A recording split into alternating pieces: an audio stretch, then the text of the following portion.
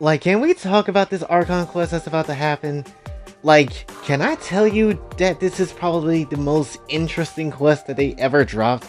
Like, can I tell you, if I'm being honest, like, it's just, this one just feels different, right? Not even with, just, with the whole update as a whole, not the new characters and stuff like that, but just with the story itself. Like, it's gonna get wild, honestly. I'm over here thinking, oh yeah, well, when it comes down to things, I believe that, the flood will actually happen, right?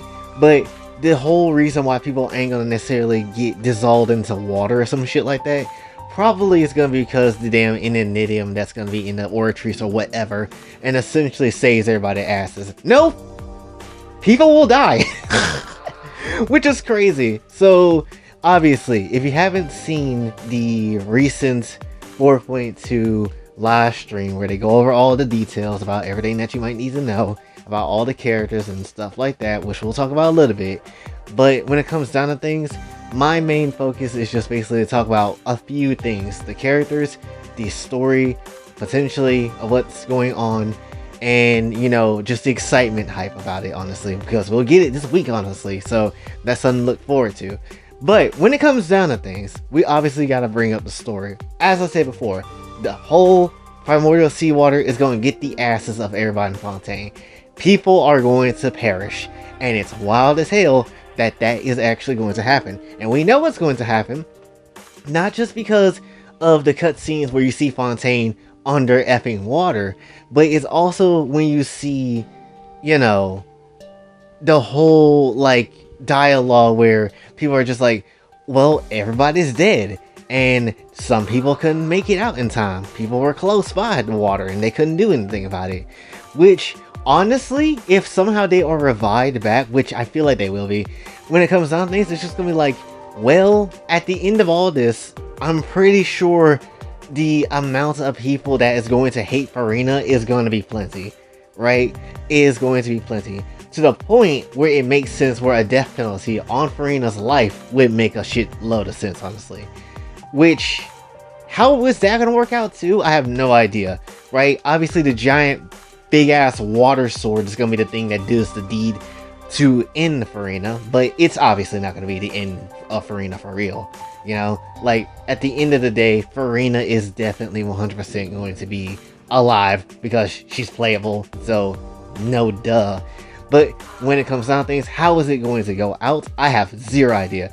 This is like, again, one of those times where the writing is actually pretty damn decent, and I can't tell you exactly what the hell is going to happen. I thought the giant whale was going to be the big boss of everything. I was correct on that one, and I'm glad I was.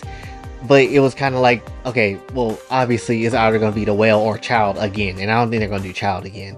So obviously it'll be the damn abyssal whale from out of damn near nowhere. So that makes sense. And when it comes down to things, obviously you have that whole fight, which that looks ridiculous as shit, and who knows how that's gonna go. And when you really just, I guess, take a look at it, this shit looks otherworldly. Like, that whale looks utter freaking worldly, honestly. Like, it reminds me of a lot of the shit that the Abyss does. And it's just like, so is what, primordial seawater hella related to the Abyss now? Did they F with it like they tried to do with, Osile back in the day? Or they tried to do with the Volin and whatever? Like, what's actually going on? And then, if you paid attention to the voice lines and then in the actual, like, whole video, you would know that there's a specific voice line where Mona was speaking, talking about that primordial seawater is hella dangerous and is very weird, and there's something wrong with it, honestly. So that makes me think, wait, is, like, what, Mona's hydropower and, whatever kind of related to it? Because thinking about it, honestly, it kind of is a little strange how when you see a lot of water effects in Genshin, how certain characters' water effects is the same, and somehow it's also different at the times. Because if you look at someone like Barbara, or like you look at someone like, I guess Kokomi if you want to, you will see that, they look sharply a little bit different, but they still look practically the same. But then you have Mona's, who's like hella has like stars in them and all this astrology looking stuff when it comes to her water effects. And it's like, wait, why does her effects look different from the rest of the cast? And then you kind of look at the primordial seawater and you're kind of like, what the hell is going on here too, right? Granted, that might just be absolutely nothing, and I may be just making that whole thing up. But when it comes down to things, it just made me think in that area, because it's like, why is Mona's different?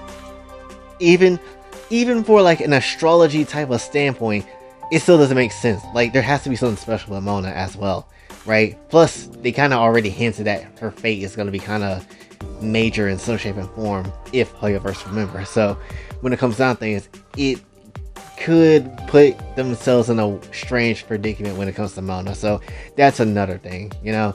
And as far as Furina death will go, she's not gonna die. It could be a split, maybe, kind of like on some Persona 5 beat, where in Persona 5 the twins had to basically do the same thing but fuse into one person. Maybe that could be the case for Furina. Maybe she has something locked in herself, but I don't know if that's actually correct, because that sounds strange. And if that was the case, I feel like we would have seen hints of Furina basically having this other version of herself in there. So I don't necessarily know. It's hella confusing. And I don't think Furina's other half is in the oratories.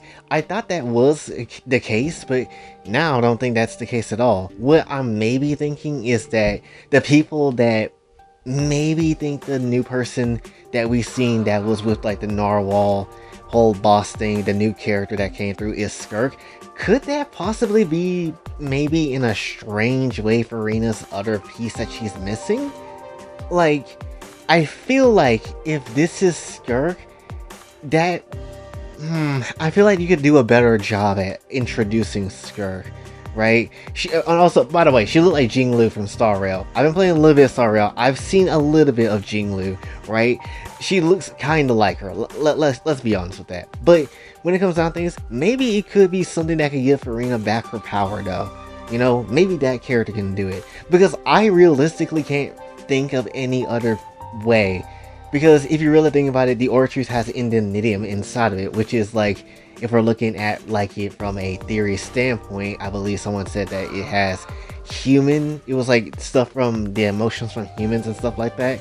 So when it comes down to things, it wouldn't make sense if it was, Furina's, unless they spin it in a way where it's like, oh, because the people don't necessarily revere Furina and treat her more as a celebrity, she needs that human side. But that feels like a stretch, and I don't necessarily think that will work in a way that they think they would. If they are going to do anything with the human side, that will be the way to bring people back. The indenidium will be the way to bring the people back that has been taken in by the flood. So I don't think that's going to be the case. It could be that new character, or something else entirely, or maybe it is inside of Furina and we just don't necessarily know, or maybe it's the Gnosis, or the core of the oratories. Who the hell knows? It's too much shit right now. We'll know when the time comes, but just trying to figure out where is this split separation nonsense coming from, that's like, it's a bit strange, honestly. It's a bit strange to kind of think about where it could all come down from, because at the end of the day, who really knows? It also looks like Nouvelle is going to pull some nonsense when it comes down to everything. Potentially. Because, I mean, maybe he gets the Gnosis, maybe not. I mean, he has enough power to force back the water, at least. We know that without the Gnosis. Maybe he does use it here. But then that doesn't, again, feel kind of right to me in some shape or form. Because, obviously, if you know every single quest like this, when we get to the last act of these Archons, the Gnosis get in the hands of the Fatui. So I'm trying to think, how the hell is it going to happen this time around? I originally thought that Furina was just going to give the Gnosis to Arlecchino to help save Fontaine, but that doesn't seem to be the case. So again, that also brings into question, the hell is the Gnosis at? We don't necessarily know, unless he's going to use it, but that might not necessarily be the case. Again, who really knows what's going down? And then you also have to take into consideration that, he understands, you know, the true purpose of why he's the Udex now. And also the whole thing with, you know, the lady or whoever was talking about, yeah, farewell Nuvalet, you know, or whatever and stuff like that. Like, is Nuvalet gonna die? Is he gonna basically just like sacrifice himself or whatever? Is something else gonna happen to him where he doesn't have to be the, you know, Udex Chief Justice person anymore? Like, is he gonna get his full dragonhood back again? Who really knows? It's kind of all over the place, obviously, right? It's kind of all over the place. But he also had a lot of sad moments in this damn trailer where he looking like, damn, I feel lost as shit and I don't know what to do. So there's also like a few other things when it comes down to it, right? There's a lot of speculation, honestly, and looking at a lot of the theories that people has come up with, I don't know if any of those theories is gonna actually be accurate, or if it is going to work out in a way I thought it was going to work out with how their theories is. I mainly heard one where people of Fontaine potentially could be Hydro Eidolons, which is like, you know, machinations of the Hydro Archon. So that could be a thing, but I'm not necessarily sure if that's even true at this point, because yeah, that could be a way to bring them back, and why only people in Fontaine, you know, dissolve and everybody else kind of be like, yeah, no, you just get sick or whatever.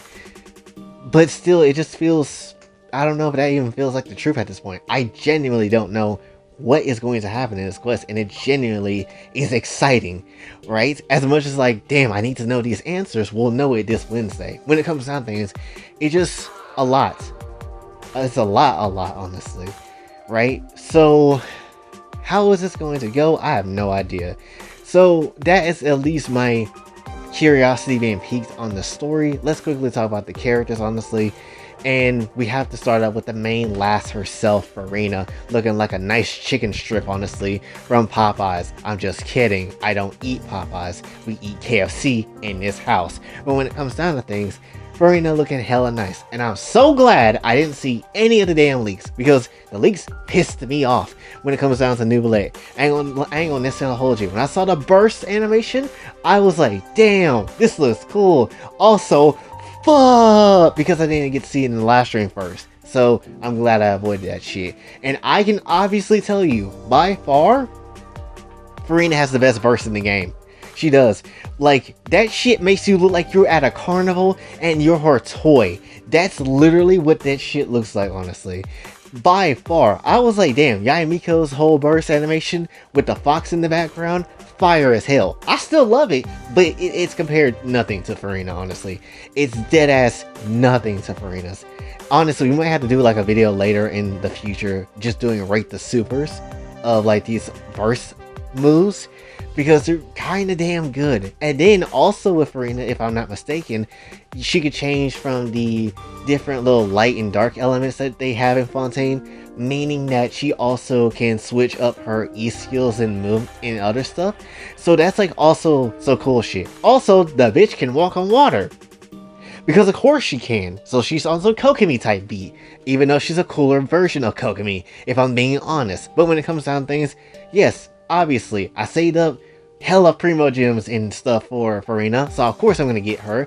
Of course I'm gonna try to get her weapon and try to C1 her.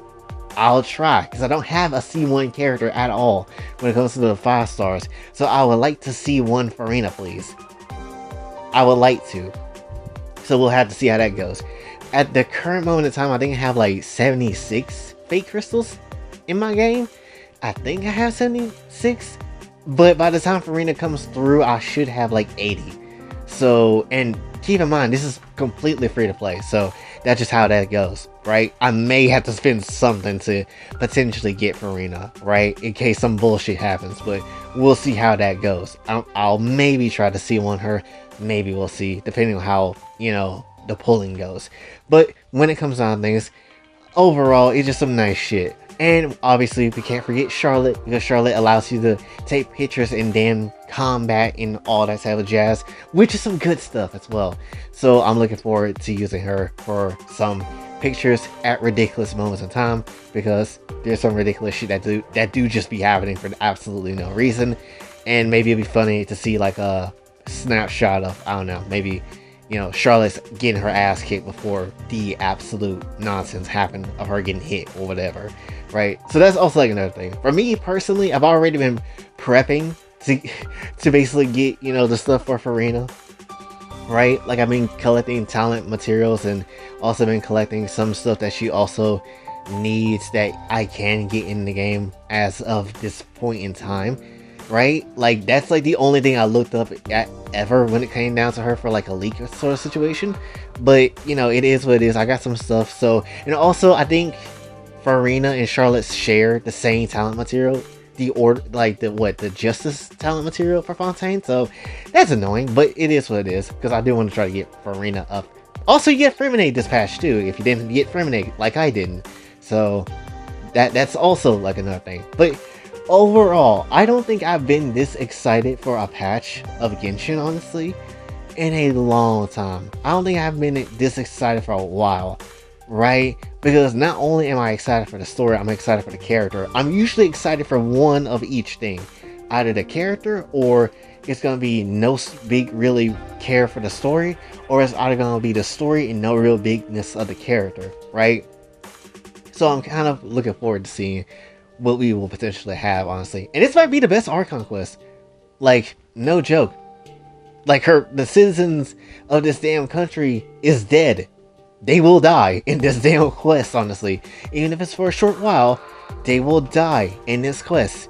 And it will be a glorious ass thing. Last time, we just, did a heist to get the Archon back in Sumeru, which is cool as shit still.